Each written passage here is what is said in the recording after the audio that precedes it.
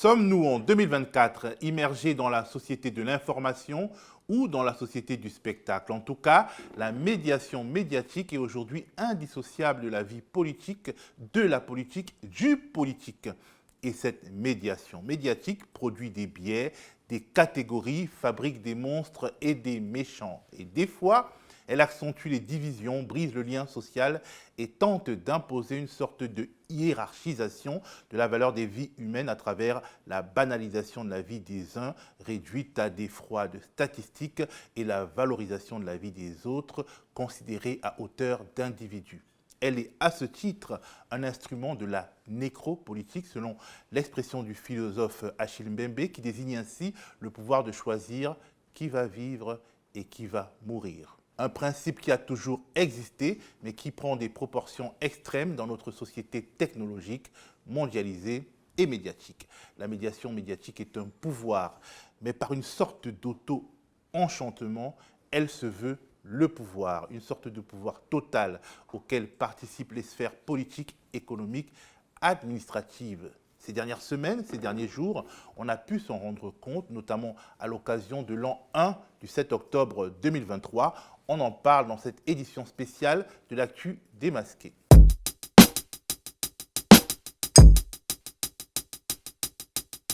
L'eurodéputée française d'origine palestinienne Rima Hassan est-elle une terroriste? Je vois d'ici certains d'entre vous ouvrir grand les yeux. Mais en réalité, cette petite musique, ce type d'insinuation posée innocemment, ça et là, constitue depuis des mois le non-dit, le métatexte des leaders d'opinion qui s'en prennent à elle. Revenons sur ces derniers échanges musclés à l'antenne de BFM TV avec les journalistes Olivier Truchot et Alain Marchal le 8 octobre dernier. Un peu de contexte. La veille, le Premier ministre Michel Barnier s'est rendu à la commémoration du 7 octobre 2023.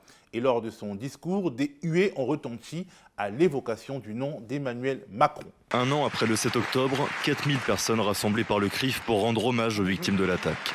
Face au public, le Premier ministre assure sa détermination à lutter contre l'antisémitisme. Nous ne laisserons rien passer. Nous continuerons à défendre, à combattre l'antisémitisme par tous les moyens. Alors qu'Emmanuel Macron a appelé samedi à l'arrêt de livraison d'armes à Israël, l'évocation de son nom déclenche un tollé dans quelques rangées. Vous pouvez compter sur le président de la République, sur le Premier ministre, C'est dans ce contexte que Truchot et Marchal invitent Rima Hassan à s'exprimer sur BFM TV. Et on va le voir, la question est très fermée.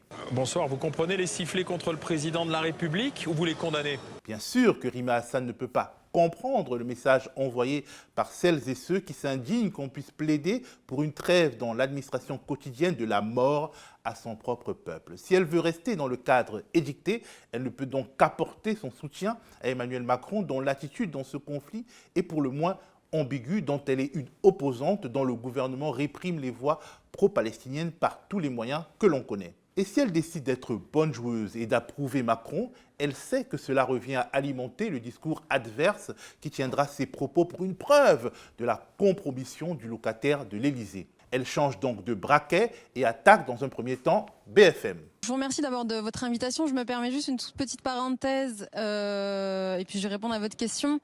Je veux simplement dénoncer le fait que vous avez été félicité par Olivier Rafovix, qui est un porte-parole de l'armée israélienne, une armée génocidaire, de votre ligne éditoriale. Et c'est très important pour moi de dénoncer ça à l'occasion de cette interview, parce que ça dit beaucoup de la ligne éditoriale qu'est la vôtre sur le sujet. Et j'espère que vous vous rendez compte quand même que vous aurez tôt ou tard des comptes à rendre en tant que média. Je réponds maintenant à votre question. Attendez, Rima Hassan. Attendez, vous pouvez pas. Attendez, Rima Hassan. Vous pouvez pas. Rima Hassan, pardon. Vous pouvez pas commencer par nous attaquer. On vous invite poliment à répondre à des questions. Sur votre chaîne. Et vous mettez en doute la ligne éditoriale de BFM TV. Je suis libre de mes propos. Je suis libre aussi de dire que vous êtes félicité inacceptable. par un porte-parole de l'armée, d'une armée, c'est inédit. Il n'y a pas de médias qui sont félicités par un porte-parole d'une armée qui par ailleurs est pointé du doigt par toute la communauté internationale. Admettez que c'est inédit. Vous mettez en cause le travail d'une rédaction, c'est inacceptable. Vous ne pouvez pas commencer à nous attaquer, on vous invite. Cela ne vous fait pas penser un peu à du Cyril Hanouna dans le style... Est-ce que t'es venu faire un coup d'éclat? Ça devrait même pas être un coup d'éclat que critiquer ton patron sur ta chaîne. Ça devrait même pas être un coup d'éclat. Moi, je ne crache pas dans la main qui me nourrit. Bref, le présupposé des propos outragés des présentateurs de BFM TV est que les politiques qui ne peuvent se passer de leur médiation pour parler au grand public leur doivent déférence. Les élus doivent se soumettre au pouvoir médiatique. Vous me direz, sinon quoi? Eh bien, regardez la suite. Là, pardon, vous n'avez pas invité que vous attaquiez BFM TV. Votre chaîne Merci. Non, écoutez, stop, on va arrêter l'interview, désolé. On va vous féliciter pour ça, on vous remercie. On va vous féliciter pour vos prises de position et des attaques contre BFM TV, désolé. L'interview s'arrête. Sinon quoi? Sinon quick, micro coupé. Et maintenant, c'est qui le patron? C'est qui le patron? C'est moi le patron! Mais bon, voilà, cela ne va pas de soi. BFM est sur la TNT, bénéficie de fréquences publiques et un cahier de charges qui devrait l'obliger à organiser le débat public de manière à permettre à tous les citoyens de se forger leur opinion. Notamment, c'est nous les patrons. Mais revenons à cette dispute télévisée. Dans le fond, les journalistes de BFM craquent parce qu'ils n'ont pas d'arguments à opposer à leur contradictrice. Ils hésitent lui porter la contradiction ou alors la faire taire, ou la mettre en cause, l'accuser de les menacer. On rembobine. On arrête l'interview. Des comptes à rendre. Non, tous les mais c'est trop médias, facile. Ça veut dire quoi des comptes à rendre? Des comptes à rendre devant qui? Devant qui? Devant quoi? C'est-à-dire que les médias sont censés informer de façon neutre. Quand vous avez une partie au conflit qui vous félicite, c'est comme si vous aviez le Hamas demain qui vous félicitait. C'est très problématique, admettez-le. Donc là, vous avez une armée qui viole le droit international sur beaucoup de choses. C'est la communauté internationale, c'est les juridictions internationales qui le pointent. On n'a pas invité que vous attaquiez BFM TV. Que votre chaîne soit non, félicitée. Écoutez, stop, on va arrêter l'interview, désolé. On va vous féliciter pour ça, on vous remercie. Pourquoi couper à ce moment-là forcément? Car si Rima Hassan développe son propos, on entendra forcément les arguments selon lesquels la Cour internationale de justice a parlé de génocide plausible dans la bande de Gaza et selon lesquels le procureur auprès de la Cour pénale internationale a sollicité des mandats d'arrêt contre Benjamin Netanyahou, tout comme contre les premiers responsables du Hamas pour crimes de guerre. À ce jeu-là, on met en crise la règle d'or du « mais ce n'est pas pareil ». Or, c'est le mais ce n'est pas pareil qui nous fait admettre l'omniprésence d'Olivier Rafovitz sur les plateaux, alors que même une parole politique du Hamas diffusée sur le même format n'est tout simplement pas envisageable. C'est le « mais ce n'est pas pareil » qui est le soubassement des éditions spéciales des chaînes d'infos françaises, comme celle de BFM à Tel Aviv le 7 octobre, où l'on voit les familles des otages et les visages des victimes des otages, le porte-parole de Tsahal pendant 15 minutes, l'émotion légitime des Israéliens, mais rien concernant ceux qui continuent de mourir à 2 pas de là, les Palestiniens. Le « mais ce n'est pas pareil » est dans tous les esprits. C'est la voix du suprémacisme occidental et nous le savons tous, mais peu osent se l'avouer. Donc on nous voit. Il faut donc s'appliquer à penser que quand Rima Hassan parle de comptes à rendre, elle n'évoque pas la thématique de la complicité de crimes de guerre pouvant être plaidés un jour devant un tribunal international. Il faut penser qu'elle envoie un message à ses frères les terroristes du Hamas et d'ailleurs. C'est le sens assumé des propos de Jordan Bardella sur X. Dans le pays qui a connu la tuerie de Charlie Hebdo, Rima Hassan menace clairement les journalistes de BFM TV. L'extrême gauche a fait élire une véritable porte-parole du Hamas au Parlement européen. Elle en partage l'idéologie meurtrière et les pratiques d'intimidation. Ce qu'affirme sans trembler le président du RN, c'est ce que s'usure avec un peu moins de hardiesse, un nombre effarant de politiques et de commentateurs de centre-gauche et de centre-droit. Comme si, au fond, le RN était le porte-parole décomplexé d'un schéma mental partagé. Et il faut le dire, nauséabond. Car ce que pointe Rima Hassan, c'est ce que déplorent à longueur de colonne des médias spécialisés, comme Arrêt sur Image. Arrêt sur Image qui notait le 3 octobre dernier, sous la plume de la journaliste Alizée Vincent, que le 1er octobre, Olivier Rafovitz, porte-parole francophone de l'armée israélienne, avait été interviewé 9 fois en 24 heures sur les principales chaînes d'infos françaises. Sur BFM, Éric Brunet et Alice Darfeuille lui donnent du « mon colonel ». 8 fois en 10 minutes de journalisme en uniforme, dans toute sa splendeur. Arrêt sur Image donne la parole à une journaliste française sur place, très critique vis-à-vis de ce type de pratique. Alice Froussard, correspondante à Jérusalem pour plusieurs médias francophones, estime qu'il faut questionner cette omniprésence médiatique. Selon la journaliste, elle sert à justifier les propos et la version de l'armée israélienne. Une armée en guerre est un outil de propagande et ne doit pas être la source unique des journalistes. Cette parole devrait être remise en contexte en plateau, mais malheureusement, Ce n'est pas systématiquement le cas. On l'invite sur tous les plateaux télé et on l'interroge comme un interlocuteur classique qui détiendrait la vérité. À titre de comparaison, avons-nous vu autant la porte-parole de l'armée russe sur les plateaux ? Demande Alice Froussard. C'est quoi là la différence avec le raisonnement de Rima Hassan ? Certains analystes disent tenir la preuve de la volonté suprême de nuire de l'eurodéputé de la France insoumise. Comment ça ? Voici les propos prononcés par Olivier Rafovitz sur BFM. Je ne parle pas de ce que vous rapportez vous en tant que chaîne et je dis que votre chaîne fait du travail excellent par rapport à la présentation du conflit des deux côtés. Or, Rima Hassan ou ses soutiens auraient diffusé un extrait de ses propos en ôtant le « des deux côtés ». Or, ce bout de phrase prouverait, si l'on suit cette logique, que Rafovitz donne crédit à BFM d'une sorte de traitement équilibré. Mais de qui se moque-t-on ? Quel communicant compromet un média qui lui est favorable publiquement en le remerciant de son parti pris ? En réalité, pour prendre la mesure des propos élogieux du porte-parole de Tsahal à l'égard de BFM, il faut s'attarder sur son rapport très chatouilleux à l'indépendance éditoriale. On se souvient de son incroyable agressivité face à Mohamed Kassi, journaliste à TV5 Monde, quand il l'a interviewé.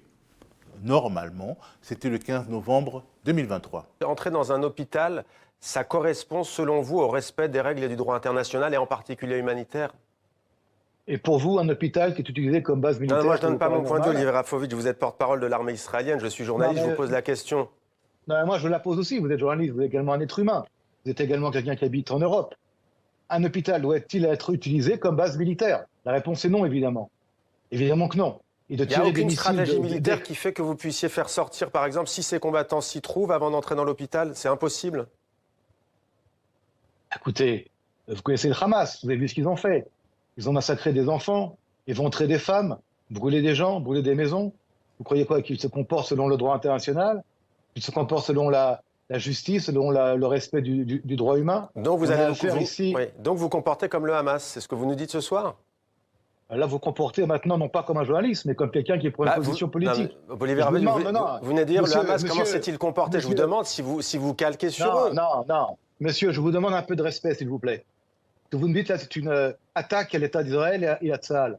Alors reprenez votre propos pour qu'on le comprenne. Non, reprenez-vous votre propos pour que je comprenne. Merci beaucoup, Olivier Rafovitch, d'avoir été avec nous en direct ce soir sur TV5 Monde. À la suite de cette interview sans concession, donc normale, résultat de pression ou pas, la direction de TV5 Monde a désavoué son journaliste dans un communiqué.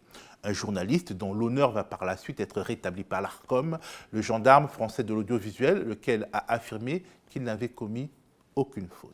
On se souvient également de l'attitude d'Olivier Rafovitz face au journaliste Julien Pain de France Télévisions.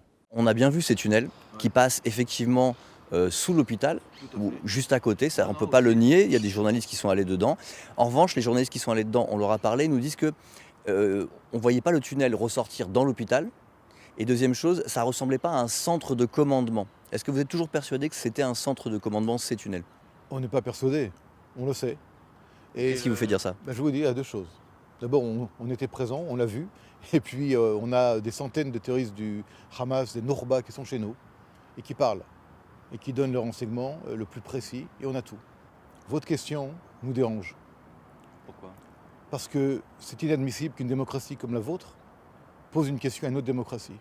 Posée au Hamas, posée aux salafistes qui tuent et qui attaquent les démocraties, ce qu'ils font eux. Cette remise en doute et cette remise en question est extrêmement étrange, voire nauséabonde. Ambiance. Les défenseurs de l'honneur outragé de BFM ressortent également un communiqué de la Société des journalistes de la chaîne. La Société des journalistes de BFM TV déplore la mise en cause du travail de la rédaction par la députée européenne Rima Hassan sur sa couverture du conflit au Proche-Orient. La SDJ rappelle que la chaîne a de nombreux envoyés spéciaux ou correspondants dans la région, au Liban, en Cisjordanie, en Israël ou en Iran, qui font entendre la voix de toutes les parties civiles ou militaires. Le week-end dernier, nous avons diffusé à 2 reprises une enquête long format qui témoigne des dégâts terribles infligés à Gaza par les bombardements israéliens et questionne la proportionnalité de la riposte de Tsahal.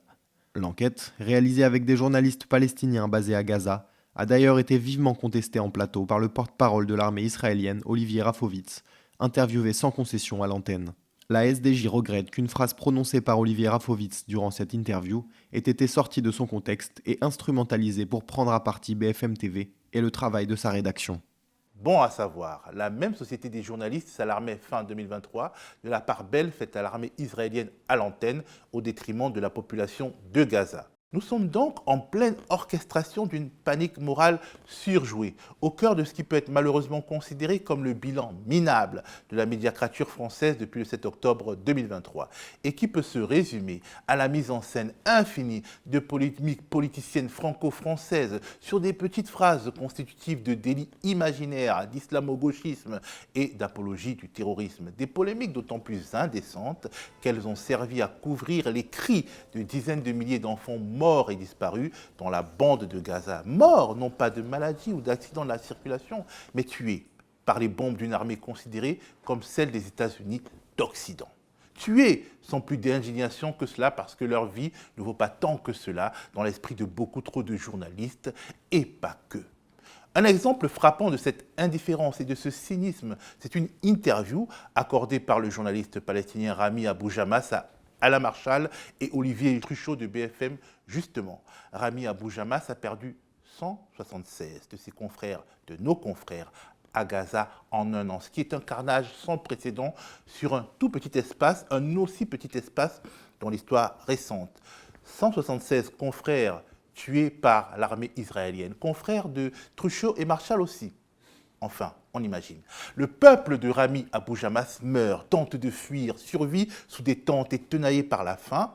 Sur le bandeau de BFM, il est écrit, alors qu'il parle, un journaliste raconte Gaza depuis un an. C'est ce qui avait été manifestement prévu dans le conducteur de l'émission. Mais au final, les deux journalistes qui se sont distingués face à Rima Hassan se transforment en procureurs, incapables de s'intéresser même un tout petit peu aux Gazaouis et désireux de mettre de la distance entre leur expérience humaine et les téléspectateurs de BFM. Rami Abou Jamas, est-ce que vous en voulez au Hamas d'avoir déclenché cette guerre? Parce que c'est eux qui l'ont déclenché avec les attentats terroristes. Est-ce que vous condamnez ce qu'a fait le Hamas le 7 octobre? Non, mais le conflit israélo-palestinien, effectivement, n'a pas démarré le 7 octobre, mais en quoi ça justifie de massacrer et de viser des Juifs le 7 octobre? Le Hamas pourrait libérer les otages aussi. Le fondateur d'Arrêt sur Image, Daniel Schneiderman, a trouvé un très beau titre à sa chronique consacrée à ce sujet. Victimes palestiniennes, accusez-vous. C'est tellement ça. Dans nos sociétés de l'information et du spectacle, qui se vivent comme des démocraties, le projet totalitaire ne passe pas forcément par les pouvoirs exécutifs, législatifs ou judiciaires. Voilà, c'est fini pour cet épisode de l'Actu Démasqué. Le média, votre média, ne vit que des dons et des abonnements de soutien de celles et ceux qui le regardent et qui l'aiment. Alors si vous le pouvez, allez sur lemediatv.fr/soutien et donnez-nous de la force, donnez-vous de la force. Restez connectés aux médias.